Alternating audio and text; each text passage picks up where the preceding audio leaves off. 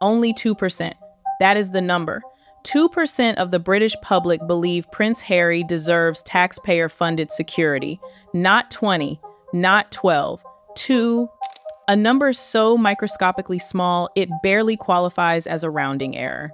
And yet, as we sit here today, the Duke of Sussex is preparing to relocate his children across the Atlantic, plant them in British schools, and demand the Metropolitan Police shield his every move on your money. But here is the part that should genuinely alarm you. That security row, as sensational as it is not the real story. It is a smokescreen. What is actually unfolding behind the iron gates of Montecito and inside the corridors of Kensington Palace is something far more personal, far more volatile, and far more consequential for the British monarchy than anyone in the mainstream press is willing to say out loud. By the time I am finished today, you will understand exactly why Prince Harry issued what amounts to an ultimatum, why Meghan Markle is now scrambling to save face with a leaked acting role that collapsed in spectacular fashion, and why every single contradictory briefing from the past week points to one inescapable conclusion. This is a trial separation dressed up as a family adventure, and every piece of evidence I am about to walk you through proves it. Let us rewind to the moment this bomb dropped. The initial reports, first broken by the Daily Telegraph, said the quiet part out loud. Prince Harry was moving to the United Kingdom with the children. Note the phrasing, with the children, not with his wife and children. The Duchess of Sussex was conspicuously absent from the framing of that first story, and if you have been paying attention to how Team Sussex operates, you know that the first version of any story, before the PR machine kicks into damage control, is always the one closest to the truth.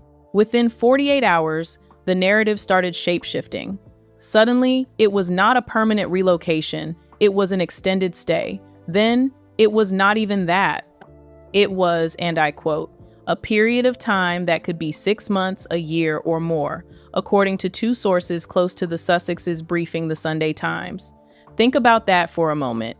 You are uprooting two young children, Prince Archie and Princess Lilibet, pulling them from their school, dragging them 5,000 miles across the ocean, and you do not even know how long you are staying. What parent does that unless something has gone very, very wrong behind closed doors? And then came the detail that, for me, confirmed everything. The chickens. Yes, you heard me.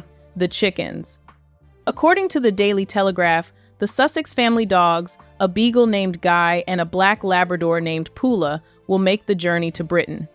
But the flock of rescue chickens, including one named Silky, who was rehomed from a former American television talk show host, will remain at the Montecito estate looked after by household staff. If Meghan Markle genuinely wanted to leave Montecito, if this were truly a mutual, joyful family decision, the chickens would be coming too. She built an entire segment of her Netflix program around those birds. She named the coop after her son. These are not disposable props. They are the set dressing of a life she fought to build and is now being asked to leave behind. And if you still doubt that Meghan Markle is doing this against her will, you need only listen to the woman herself. Not 3 months ago, she sat down for a major financial media interview where she was asked what it was about Montecito that made it feel like home. Her answer was unequivocal. She said they moved there 5 years ago and they are just so happy because they take their kids to school and have a really supported, sweet life. She talked about running around and doing the things that most people take for granted. She said she loves it, that there is a beautiful, embracing community, that she has been able to really create and dream there. She also said something else during that interview that I think has gone almost entirely unremarked. She was asked how important it is to own your own story. Her response was immediate. She said it is the most important thing in the world. She said she knows she owns her story, and then she added, unprompted, that she thinks there is real value in anchoring into your own knowing. Now, you can read that as generic wellness speak if you want, but I think it tells you something more specific. Meghan Markle in that moment was describing a woman who had found her footing, a woman who had arrived at some internal equilibrium after years of turbulence, a woman who was, in her own assessment, finally comfortable. And comfortable people do not voluntarily upend their entire lives. Those are not the words of a woman planning to leave. Those are the words of a woman deeply rooted in a place. So what changed between that interview and the announcement that she is packing up her family and returning to a country she has publicly described as hostile, racist, and dangerous? I will tell you what changed. Prince Harry forced the issue, and every piece of reporting from the past week, once you strip away the spin, confirms it. Now we need to talk about the single most embarrassing episode in the entire Sussex PR playbook, and there is stiff competition for that title, The Gentleman.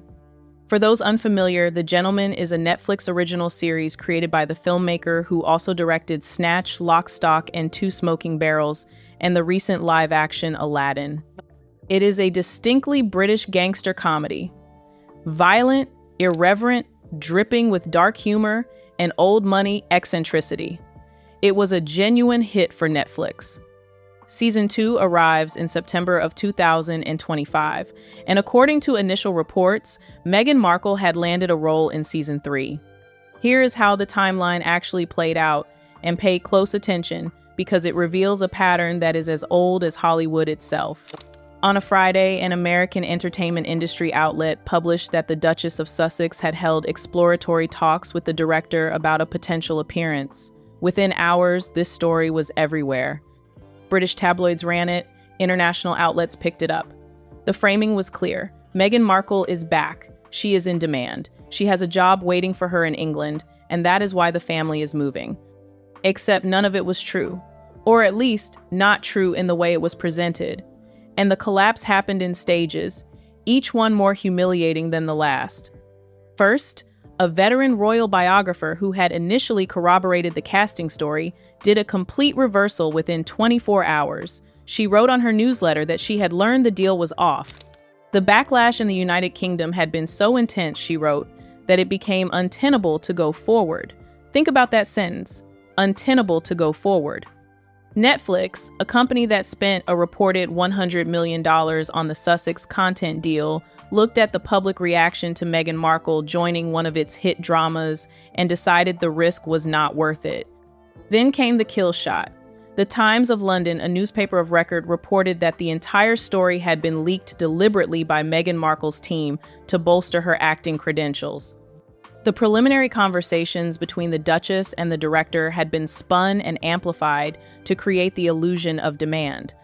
A well-placed source told the newspaper, and this is the key line, that the report served to make her appear in demand. Another source said, and I am paraphrasing closely here, you can well imagine her people might take a conversation like that and spin it to create a narrative where if you build the hype, the offers will follow. Netflix executives, according to the same report, were understood to have been completely in the dark about any potential offer. The discussions, such as they were, had apparently taken place directly between Meghan and the director, bypassing the streaming platform entirely. One executive at a rival service said that normally any decision to cast a high-profile individual in a television show would be taken jointly between the broadcaster and the production company. In other words, Meghan tried to go around Netflix. And Netflix found out the way the rest of us did, from the newspapers. And here is the part that really stings. Netflix then confirmed that a third series of The Gentleman will indeed be made. But conspicuously absent from that announcement, any mention whatsoever of Meghan Markle. That silence is deafening. When Netflix wants to generate buzz about a casting choice, they announce it with trumpets. When they want to kill a story, they simply omit it. Meghan Markle was omitted. One individual who has worked closely with the Duchess dismissed the entire episode as a cynical public relations tactic. Their quote, which appeared in the Times of London, was devastating. It makes her look good and intimates that the relationship with Netflix is ongoing. They like to use Netflix as a way to keep stories about Meghan going. That is not a rival talking. That is someone from inside her own orbit. Now, let me give you a piece of context that I think most royal commentators miss because they do not understand the entertainment industry. There is an unwritten rule in Hollywood that has existed since the studio system of the 1930s. You do not announce a deal until there is ink on paper. Not a handshake, not an exploratory conversation. Not a "we are in talks" press release, ink on paper, a signed contract, because the moment you announce prematurely, you lose all your negotiating power. The other side knows you need them more than they need you. And any producer, any agent, any manager worth their commission will tell you that desperation is the one thing that kills a deal faster than bad box office numbers. Meghan Markle broke that rule. She did not just break it. She shattered it, set fire to the pieces, and then leaked the fire to the press. And the question you need to ask is why? Why would someone who spent years in the entertainment industry before marrying into the British royal family, someone who understands how this game works, someone who spent 7 seasons on a legal drama where deal-making was literally the plot of every episode, make such a fundamental error? Consider the mechanics for a moment. The leak originated through a friendly Australian-based media contact, a journalist who has functioned for years as a reliable outlet for Sussex positive briefings. From there, it jumped to an American entertainment outlet, which gave it the industry veneer of credibility, and then the British press ran with it because, well, they always run with it. The entire chain was engineered, and for about 12 hours, it worked. Meghan Markle was trending as a woman in demand, an actress returning to her craft, a talent so desired that a hit show was rewriting its plans to accommodate her. 12 glorious hours. Then reality intervened. The answer is painfully simple. She was not trying to close a deal. She was trying to construct a cover story. She needed a reason, any reason other than the truth, to explain why she was about to follow Prince Harry back to the one country on earth she has most publicly scorned. An acting role provided that cover. It said, this is a career move, not a personal crisis. And when the cover story collapsed, she was left exposed, more than exposed, humiliated. Because the leak did not just fail to produce the intended result, it actively demonstrated the opposite of what it was meant to prove. Instead of showing that Meghan Markle is in demand, it showed that she is so desperate for professional validation that she will burn a real business relationship with Netflix to manufacture the appearance of one. And this brings me to something that I find absolutely extraordinary. The Sussex public relations operation is no longer functioning as a single unit. Let me say that again, because it matters. Prince Harry and Meghan Markle now operate separate, competing public relations teams. This is not speculation. It is a fact that emerged during Prince Harry's solo visit to Britain earlier this year. When journalists asking questions about the Duchess were told by Harry's representatives that they did not know the answer and that the inquiry would need to be directed to Meghan's team instead. Think about what that means. Husband and wife, supposedly presenting a united front, and yet their PR teams cannot coordinate a basic media response. What married couple who are genuinely happy together maintains 2 entirely separate communications operations that do not even share information? I will tell you, a couple that is negotiating the terms of its own dissolution. And over the past week, the evidence of this split has become impossible to ignore. You can see it in the contradictions between briefings. One side tells the Sunday Times it is a permanent move. The other side tells the New York Times it is an extended stay. One camp pushes the acting role as the reason. The other camp lets it collapse without a fight. This is not the behavior of 2 people pulling in the same direction. This is the behavior of 2 people who each have their own exit strategy and are using the press to position themselves for what comes next. Let me walk you through the most revealing reversal of the entire saga, because this is where you see the fingerprints of a negotiation happening in real time. On a Saturday, the Sunday Times reported that Prince Harry and Meghan Markle were making a permanent move to the United Kingdom. Children enrolled in school, dogs on the plane, new chapter, done. By Monday, the same newspaper, briefed by the same sources, was walking the entire thing back. Now it was not permanent. Now it was an extended period. It could be 6 months, it could be a year. One source told the Sunday Times, and I want you to catch the absurdity of this, that they do not even think the Sussexes know yet how long they will be staying.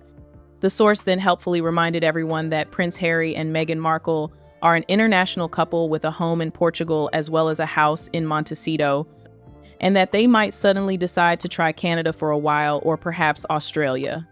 Do you hear what is happening there? That is not a family making plans. That is a couple buying time. Every possible future location is being mentioned as a trial balloon so that when the inevitable split comes, neither side looks like they were abandoned. If Meghan ends up back in Montecito and Harry stays in England, the story will be that they are simply an international couple exercising the great privilege of private individuals who can live wherever they choose. It is a divorce positioning statement dressed up as a lifestyle choice. And notice the careful language about the Duchess's mother. She plans to travel often to England but is not moving herself. Meghan Markle's closest family member, the one person who has been her rock through every public crisis, is explicitly not coming along. That tells you everything about where Meghan expects to end up when this is over. Now, I need to take you inside the Netflix equation because this is the hidden pressure point that nobody else is connecting. Netflix is a data company. Everything it does, every commission, every renewal, every cancellation, is driven by viewership numbers, completion rates, and subscriber impact metrics. And the data on Meghan Markle is not good. The cooking and lifestyle program that she produced and starred in, the one she titled with her own name, underperformed. The numbers were modest at best, dismal at worst, depending on which internal benchmarks you measure against. The broader Sussex documentary, while generating enormous initial attention, did not translate into the kind of sustained viewership that justifies a reported $100 million content partnership. And now, the idea that Meghan Markle could simply be inserted into an existing hit drama, a show that succeeded entirely without her, and somehow add value rather than subtract it? Netflix has the data, and the data apparently said no. Here is the deeper problem, and this is a pattern I have not seen anyone else articulate in quite this way. Every single project associated with Meghan Markle becomes a story about Meghan Markle. That might sound like good publicity, but in the entertainment industry, it is actually a curse. There is a concept in television production called the talent to project ratio. When the audience is there for the show can grow, evolve, attract new viewers, and build a library catalog that generates revenue for years. But when the audience is there for the controversy surrounding one cast member, the show becomes hostage to that controversy. It cannot grow beyond it. It cannot survive without it. And the moment the controversy fades or shifts, the audience vanishes too. That is the Meghan Markle problem in a single paragraph. Viewers who support her watch for political solidarity, not entertainment value. Viewers who oppose her either boycott or hate watch, which poisons the algorithmic recommendation signals that Netflix relies on to push content to new audiences. Either way, the content itself, the actual creative work, gets lost in the noise. And for a director who has built a genuine creative vision with The Gentleman, a show that earned its audience on the strength of its writing and performances and distinctly British sensibility, bringing in a cast member whose presence would transform every review, every social media thread, every audience discussion from being about the show to being about the Sussexes, that is an unacceptable risk. It is not a casting decision, it is a creative integrity decision. And Netflix, whatever its other failings, understood that.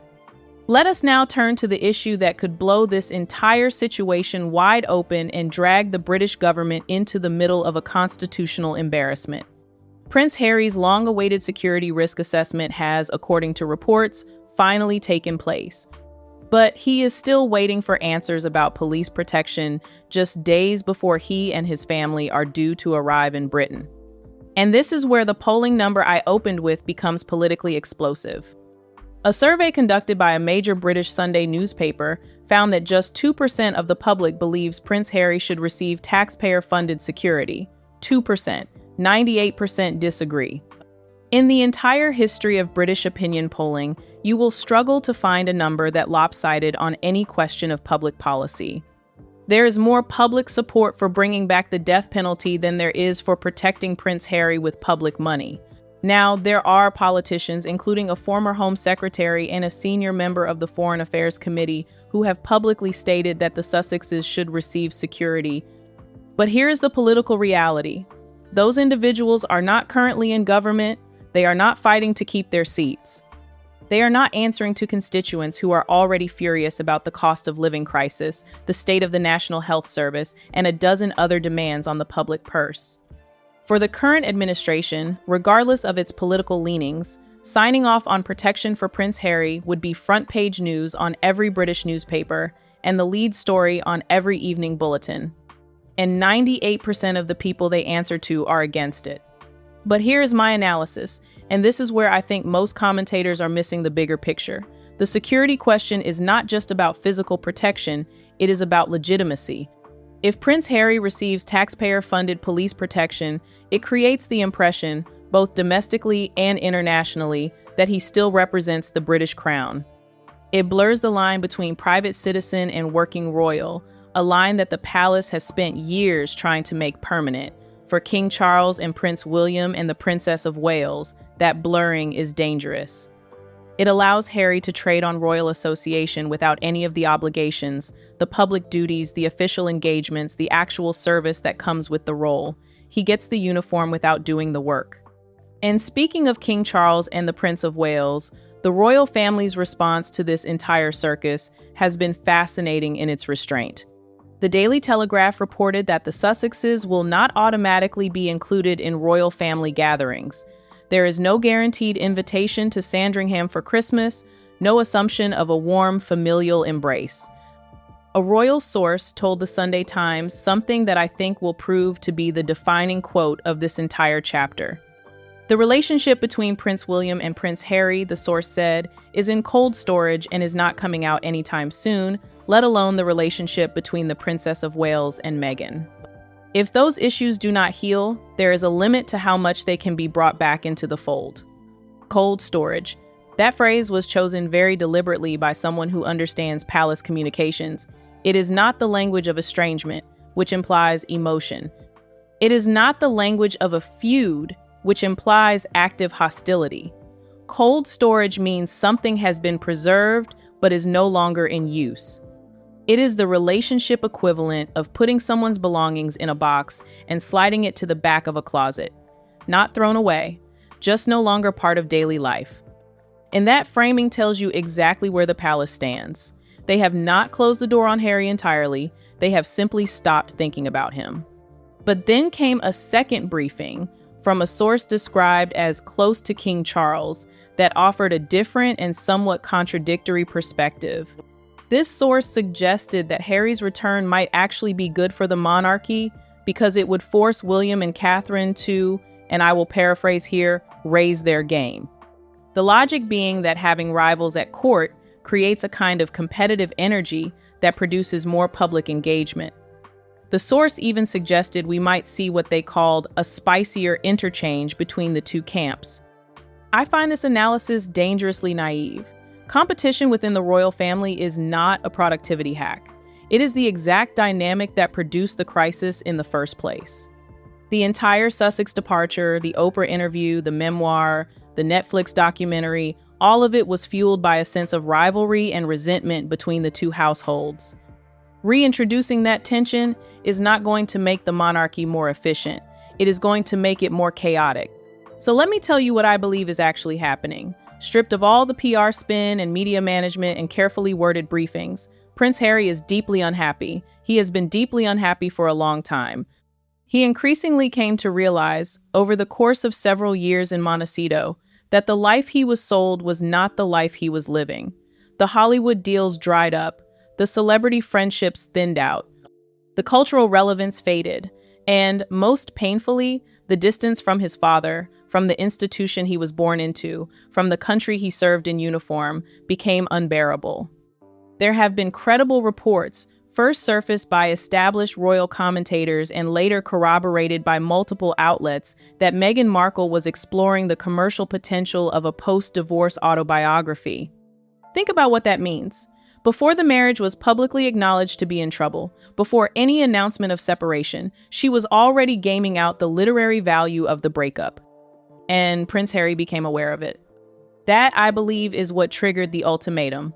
Not the visa concerns, although those are real, and the implications of a potential review by the American authorities remain serious.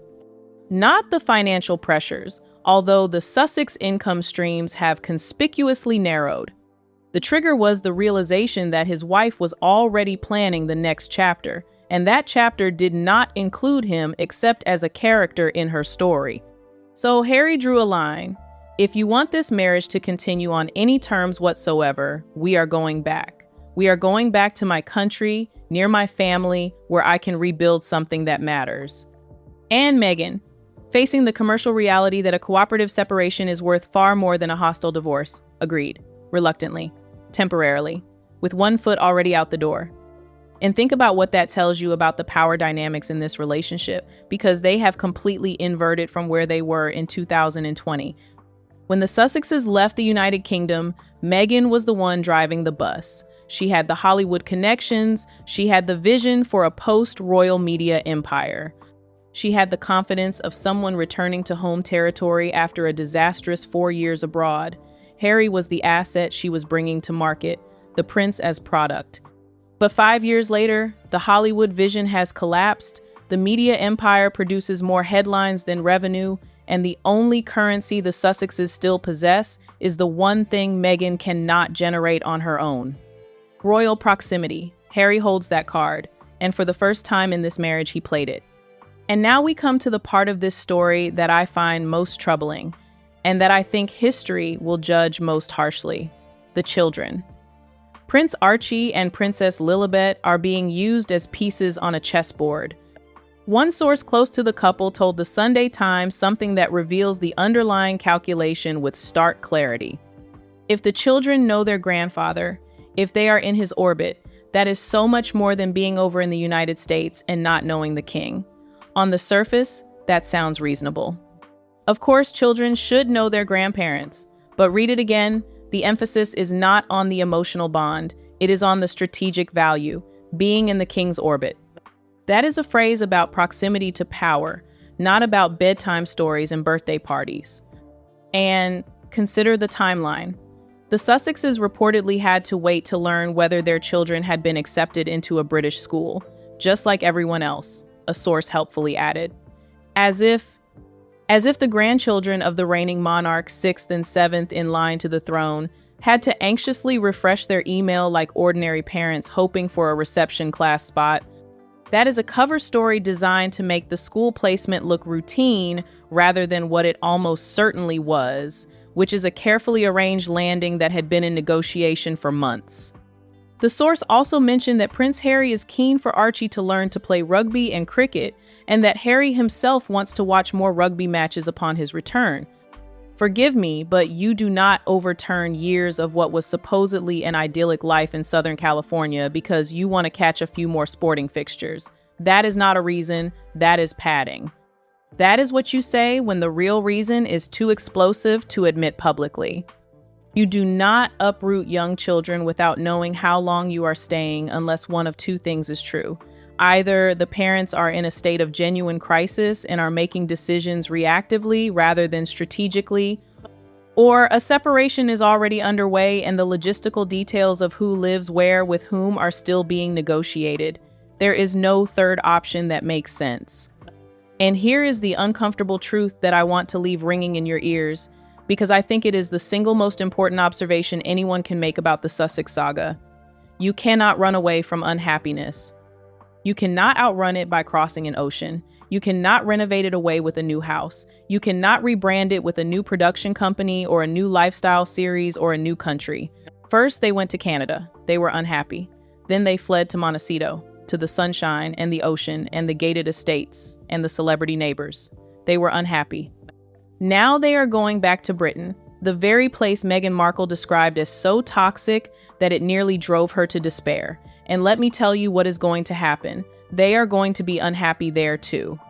Because the unhappiness is not geographical, it is relational, it is structural, it lives inside the marriage itself, and no amount of frequent flyer miles is going to fix it. The leaks will continue, the contradictory briefings will escalate, the competing PR teams will issue statements that directly contradict each other, and the press will run both versions side by side, and the public will be asked to pretend that this is all perfectly normal behavior for a stable, loving couple who simply enjoy having homes in multiple countries. But let me be fair and acknowledge the cold commercial logic at play, because both Harry and Meghan are smart enough to understand the math even if the marriage is failing. A cooperative separation, one managed quietly over months with a shared narrative and minimal public ugliness, is worth exponentially more than a hostile divorce. For Harry, a gentle parting preserves whatever remains of his relationship with King Charles, keeps the door open for his children to maintain their royal connections, and allows him to re-enter public life in Britain without the stain of a tabloid war. For Meghan, a managed separation means she controls the story. She gets to be the woman who tried, who compromised, who moved to England for her husband's sake before ultimately and graciously admitting that they had grown apart. Both sides know that whoever is seen as the aggressor in the breakup loses the narrative war. That is why you are seeing this bizarre performance of togetherness, even as every institutional signal, the separate PR teams, the contradictory briefings, the gentleman debacle, the reluctant relocation, screams the opposite. So where does this go from here? Let me lay out what I believe is the most probable trajectory based on everything we have seen. Phase 1 is what we are watching right now. The trial period, Harry and the children are in Britain, Meghan is performing willingness to participate. The press is being briefed with deliberately vague timelines that give both sides maximum flexibility. 6 months, a year, we do not even know. That ambiguity is not accidental. It is the hallmark of a negotiation in progress, not a life being built. Phase 2 will arrive within months, possibly weeks. Meghan Markle will begin spending increasingly long stretches back in Montecito. The reasons given will be professional commitments, maintaining the California property, caring for the chickens if they are feeling particularly creative with their excuses. These absences will grow longer and more frequent until the arrangement is a separation in everything but name. Phase 3 is the announcement. My best estimate is sometime in 2026. A joint statement, mutual respect, love for the children, a request for privacy. The usual lexicon of celebrity divorce, varnished with a thin coat of royal dignity. And between now and then, Netflix will quietly distance itself from any new Sussex content while honoring existing contractual obligations. King Charles will maintain a careful, grandfather-focused relationship with the children while keeping the institutional boundaries firm. Prince William will say nothing publicly and everything privately. And the British press will slowly, grudgingly begin to report what people like me have been saying for years, that this was never going to work. I should note one wild card that could accelerate everything. There are serious and credible questions about Prince Harry's American visa status. A respected foreign policy analyst at a prominent Washington think tank has been very explicit about the potential vulnerability. The issue relates to past statements about drug use and whether those disclosures were made accurately and completely on the visa application. If the American authorities decide to pursue this, it would remove the option of Meghan returning to California with the children while Harry remains in England.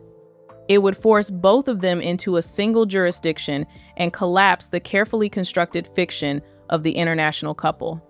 Now, I do not believe the visa issue is what is driving this move.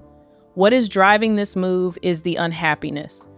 The deep, structural, irreconcilable unhappiness of a man who gave up everything for a relationship that is no longer sustaining him. But the visa question adds a layer of legal urgency that may have compressed the timeline. So let me bring this full circle, because I promised you answers and I intend to deliver every single one. Why is Prince Harry returning to Britain? Because he is profoundly unhappy in his marriage and in his exile, and he has told Meghan Markle that this is the condition for continuing. Why did the gentleman casting leak happen? Because Meghan needed a professional cover story for a move she did not choose, and when she leaked premature negotiations to the press, it blew up in her face and confirmed what Netflix already knew from the data. She is not an asset. She is a risk. Why are the briefings contradictory? Because Prince Harry and Meghan Markle are running competing public relations operations that reflect competing personal agendas. He wants to rebuild his royal life. She wants to protect her Hollywood future. Those two goals are geographically and philosophically irreconcilable. Why the vague timeline? Because this is a negotiation, not a homecoming. Neither side knows how it ends, because neither side has agreed to the terms of the ending. The 6 months, the year, the maybe Canada, maybe Australia, language is the sound of two people keeping every exit open. And why are only 2% of Brits willing to fund their security? Because the British public, whatever the politicians and the editorial boards may say, has reached its verdict on the Duke and Duchess of Sussex. And that verdict is that you do not get to leave, trash the institution, monetize your grievances, and then come back and ask the people you insulted to pay for your protection. That is not how any of this works. The chickens stayed in Montecito. Remember that detail. It is the smallest, strangest, and most honest piece of information in this entire story. Meghan Markle left her rescue chickens behind because she does not believe this move is permanent. She expects to go home, and when she does, she will go home alone. I want to leave you with one final thought. There is a specific kind of sadness that hangs over this entire story, and I think it is worth naming.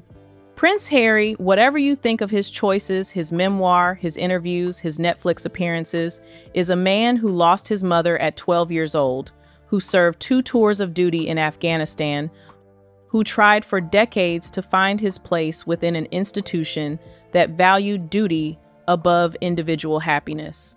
He thought he found his answer in Meghan Markle.